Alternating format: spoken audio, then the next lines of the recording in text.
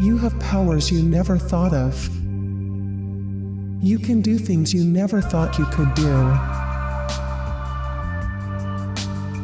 Hello, ladies and gentlemen, and welcome to Mind Design, the podcast that empowers you to tap into your inner strength and overcome any obstacle in your life. I'm your host, Jerome Bowser, the Psychotech, and I'm here to guide you on a transformative journey of self-discovery. Now, today we're going to begin a series entitled The Power of Your Mind. It's our intention to dive deep into the extraordinary power of the mind and focus on how to eliminate mental negativity and cultivate a positive self-image. Now, what we're going to discuss today can have an unimaginable impact on every aspect of our lives. So what I'd like to tell you to do is sit back and kind of relax and prepare to be inspired as we explore the topic of understanding your self-image. We will begin with the background and progress to a specific aspects of transformation. So let's start out with the obvious thing. What is self-image? Well, it is defined as the mental picture we have of ourselves, which consists of our beliefs, values, abilities, and appearance, both physically and emotionally. Self-image, or sometimes called self-identity, is a very crucial aspect of every individual's life. It's an essential part of your life. Think of it as a blueprint of your existence. That distinctive quality and trait which makes you very unique, different from anybody else in the whole world. It's like the master plan for your living. Embracing your self-identity is an empowering thing that enables you to fully accept yourself and find a genuine self of belonging. Brothers and sisters, ladies and gentlemen, this is a real issue. There are a lot of people who struggle with self-identity, with their self-image. It's being manipulated, it's being castrated, it's being worked over, it's being stepped on. Some people are even committing suicide behind having a very low or negative self-image. So this is a big deal. And as a matter of fact, since I'm on the topic that I'm speaking of right now, the whole wide world is talking about something's wrong with our minds. I don't know how you can escape hearing about it. It's on the news, it's on the YouTube, it's everywhere. And they're talking about how our minds need so much help all of a sudden. Now I realize there's a lot of us that really do need some help. And I'm not making light of that whatsoever. But everybody, and something is really going on, but I want to help us be positive about what's happening with us. If we arrest this problem immediately, if we are fortified before it even seeps into our thinking, into our way of life, we will never have to be affected by what the world is sending out. So that's what my purpose is right now. I want to help you develop a self-collaboration with your own self, an agreement with yourself about who you are and who you are about to be. You see, self-image or self-identity is not only critical and crucial, but it's also deeply intertwined with your overall well-being and your personal growth. It has everything to do with your entire existence. And it goes beyond mere physical appearance, and it encompasses your beliefs, your experiences, your aspirations, and even your relationships. It is the displayed structure of your inner self. Let me say that again. Your personal self-image or self-identity is the displayed structure of your inner self. Whatever it is you are on the inside, whether it's been discovered, undiscovered, whether it's been tapped into or neglected, whether it's been realized or unrecognized, is going to show up on the outside. It is the structure that is displayed on the outside which is really working from within you. Let's put it in a nutshell and say it this way. Self-image is the lens through which everyone perceives themselves and how we believe others perceive us. So your self-image also acts as a foundation for self-esteem and confidence. When individuals have a positive self-image, you are more likely to embrace your strengths, acknowledge your weaknesses without judgment, and pursue your goals with determination.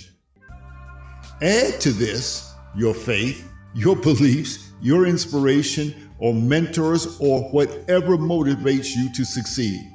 So when you add these other ingredients to what you're already doing within your own self, with your mental image, with your spirit, with everything that you have within you, and you add your belief, your faith, your inspiration, even mentors or coaches or whatever the case may be, it will help more motivate you to be successful. Self-acceptance becomes the cornerstone of a personal growth, allowing you to confidently express yourself, pursue your passions fearlessly, and build fulfilling relationships. The development of a self-reliant mindset will establish an inner strength prepared to confront, combat, and conquer every negative thought. Once established, it will never fail.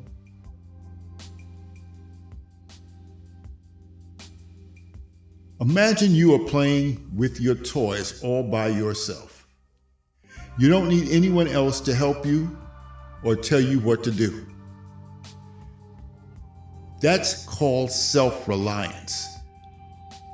When you are self-reliant, it means you can do things on your own and be strong. Being strong doesn't just mean being physically strong, like lifting heavy things. It can also mean being mentally strong and not giving up easily. You see, when you are self-reliant, you learn how to solve problems and face challenges without always needing someone else's help. This makes you resilient, which means you can bounce back and keep going even when things get tough. So, being self-reliant helps you become strong and resilient, something like a superhero.